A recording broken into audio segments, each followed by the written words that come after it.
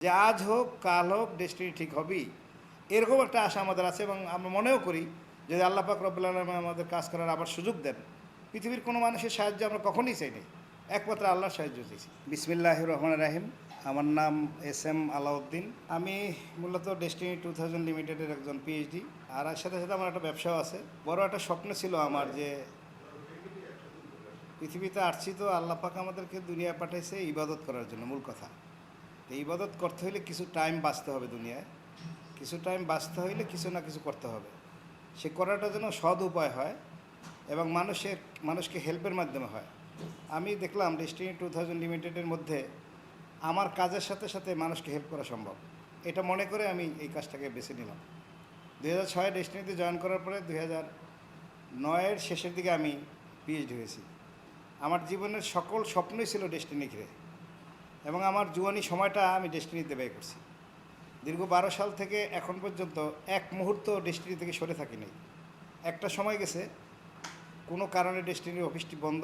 আমি মনে করলাম আজকে যদি আমি ডেস্টিনির অফিসে না যাই তাহলে আমি বলতে পারবো না প্রতিদিন আমি ডেস্টিনির কাজে ছিলাম। এই জন্য আমি সরকারি বন্ধ থাকা সত্ত্বেও কার্যক্রম নাই, তারপর আমি ডেস্টিনির অফিসে এসে শাটার, কেসি গেট, তালা এগুলি শুয়ে গেছি যে আমি এভরিডে ডেস্টিনির কাজে জড়িত থাকি।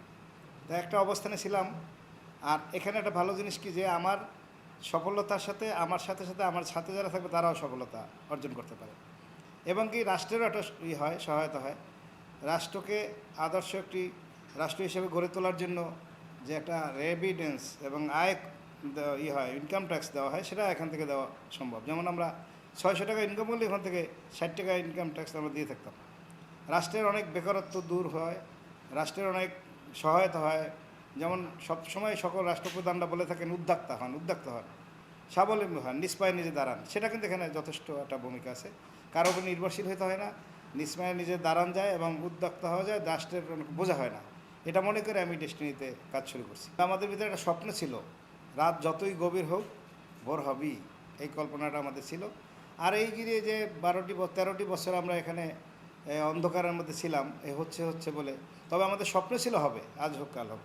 আমার ইতিহাসের পাতায় আপনারা জানেন সকল মনীষীরা এবং নবী রাসূলরা যারা পৃথিবীতে আসছেন সবাই কিন্তু একটা পরীক্ষার মাধ্যমে তারা বিজয় অর্জন করছেন। আপনি একটা ছোট্ট ঘটনা দেখেন, ইউসুফ জুলেখার ঘটনাটারই। ইউসুফ আলাইসাল্লাম শুধু জুলেখাকে ভালোবাসে নাই, এই অপরাধে তার জেল খাটতে হয়েছে 7 বছর।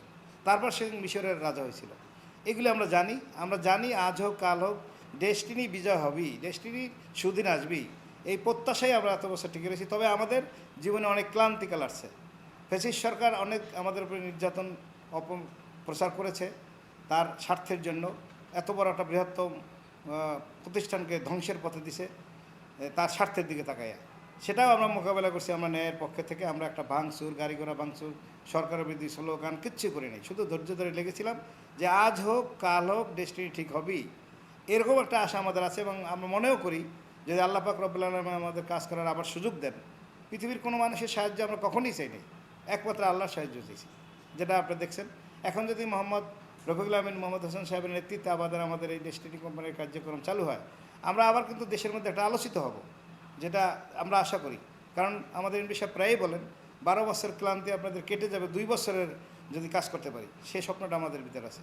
এর মধ্যে একটা জিনিস চাইতে হবে, আপনাদের মাধ্যমে বিশ্বের সকল ডিস্ট্রিবিউটার, সকল সদয় ব্যক্তিদের কাছে আমি একটা জিনিস কামনা করব, যে রাব্বুল আলামিনের কাছে সবাই যেন একটু দোয়া করেন আমাদের রফিকুল আমিন মোহাম্মদ হোসেন সাহেবের নেক হায়াত আর সুস্থতা দান করেন।